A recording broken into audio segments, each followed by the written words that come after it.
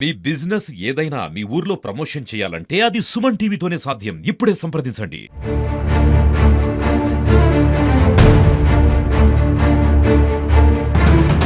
So ఈ రోజైతే శ్రీకాకుళంలో జరిగినటువంటి ఈ ఘటనలోకి అయితే డిస్ట్రిక్ట్ ఫారెస్ట్ ఆఫీసర్ వెంకటేష్ గారు ఉన్నారు. ఒకసారి ఆయన మాటల్లో ఏం జరిగిందో ఒకసారి తెలుసుకుందాం. సార్ నమస్తే అండి. ఈ రోజు ఒక 50 తాబేల వరకు అయితే దుర్మరణం వచ్చింది. ఒక 25 తాబేలు అన్నది మనకి ప్రైమా ఫేసియల్‌గా మనకి అబ్జర్వేషన్ ఉందండి. అది ఒకే రోజు జరిగినది కాదు. It is over a period of time ఏవైతే తాబేళ్లు చనిపోతున్నాయో, ఆ చనిపోయిన తాబేలుని డిస్పోజల్ చేసే విధానం ఏదైతే ఉందో దాన్ని కొన్ని మనకి న్యూస్ ఐటెమ్‌లో చూడడం జరిగింది. అది ప్రాపర్‌గా షెడ్యూల్ 1 యానిమల్ కాబట్టి ఒకవేళ చనిపోయిన కారణం ఏదైందన్నది ఇప్పుడు మనకి పోస్ట్‌మార్టం జరుగుతా ఉందండి. అది కారణం వచ్చిన తర్వాత కారణం ఏంటని తెలుస్తుంది. అయితే చనిపోయిన తర్వాత దాన్ని ఎలా డిస్పోజల్ చేయాలన్న దానికైతే మాత్రం షెడ్యూల్ 1 స్పీషీస్‌కి ఒక పద్ధతి ఉంటుంది కాబట్టి అది చేయలేదన్నది కొంచెం ఇబ్బందికరం.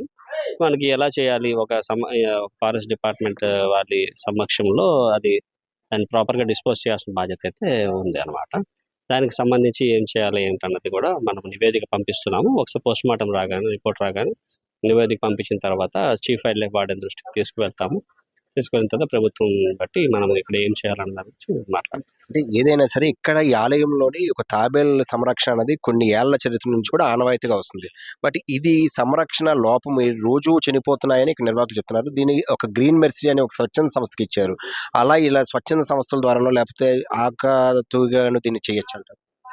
అంటే యాక్చువల్‌గా ఇది కోర్టు పరిధిలో ఉన్న వ్యవహారం ఉండడం వల్ల ఇలా యాక్చువల్‌గా మనం గత 1.5 దశాబ్దంగా మనం అడుగుతున్నాము. ఏమైనా తాబేలుని ఏమైనా సంరక్షించడానికి ఏమైనా అనుమతి ఇవ్వాల్సిన బాధ్యత ఉందన్న ఉద్దేశంతో. ఎందుకంటే షెడ్యూల్ 1 స్పీషీస్ ఎక్కడ వేరేగా ఉండడానికి లేదు.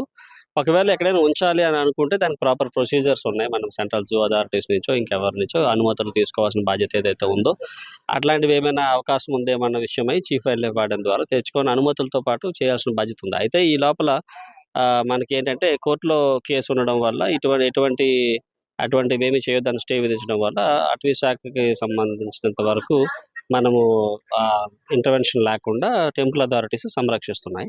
అయితే టెంపుల్ అథారిటీస్ ఏం చేస్తున్నాయంటే ఈ సంరక్షించే విధానంలో గ్రీన్ మెర్సీ ఫౌండేషన్ అనే ఒక ఎన్‌జీఓ ద్వారా కూడా సహాయ సహకారాలు తీసుకుంటున్నారని తెలుస్తుంది. అయితే ఈ తాబేలు చనిపోవడం వెనుక ఫిజికల్ మెచ్యూరిటీ ఏమైనా ఉందా? లేకపోతే ఇంకేమైనా అదర్ రీజన్స్ ఉన్నాయా అన్న దాని గురించి ఇప్పుడు మనం చివరిగా అందరికీ ఒక డౌట్ సార్. ఈ నక్షత్ర తాబేళ్లు చాలా అరుదుగా దొరికినటువంటి తాబేలుగా మనం అయితే చెప్తుంటాం. మరి ఇటువంటి తాబేళ్లు ఎవరైనా సరే చుట్టుపక్కల దొరికినట్లయితే వాళ్ళు పెంచవచ్చా ఇంట్లోని? లేదండి. ఇది పెంచడానికి లేదు. దగ్గరలో ఉన్న సంరక్షణ కేంద్రంకి అంటే మన జూ పార్కులకు గానీ, లేకపోతే అటవీ శాఖకి ఇస్తే దానికి దగ్గరలో ఉన్న అడవిలో గానీ వదిలిపెట్టడం జరుగుతుంది. ఇవి మన పరిధిలో మనం పెంచుకోవడానికైతే కరెక్ట్ కాదు. ఈ అటవీ శాఖ అధికారులు కూడాను వీటినైతే ఖచ్చితంగా సంరక్షించాల్సినటువంటి బాధ్యత అయితే ఉంది అంటున్నారు.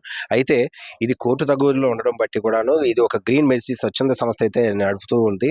అయితే వారి యొక్క వైఫల్యం వల్లనే ఈరోజు ఇది ఘటన అయితే జరిగిందని అయితే చెప్పవచ్చు. ఒకసారి చూద్దాం. Thank you. సుమన్ టీవీ.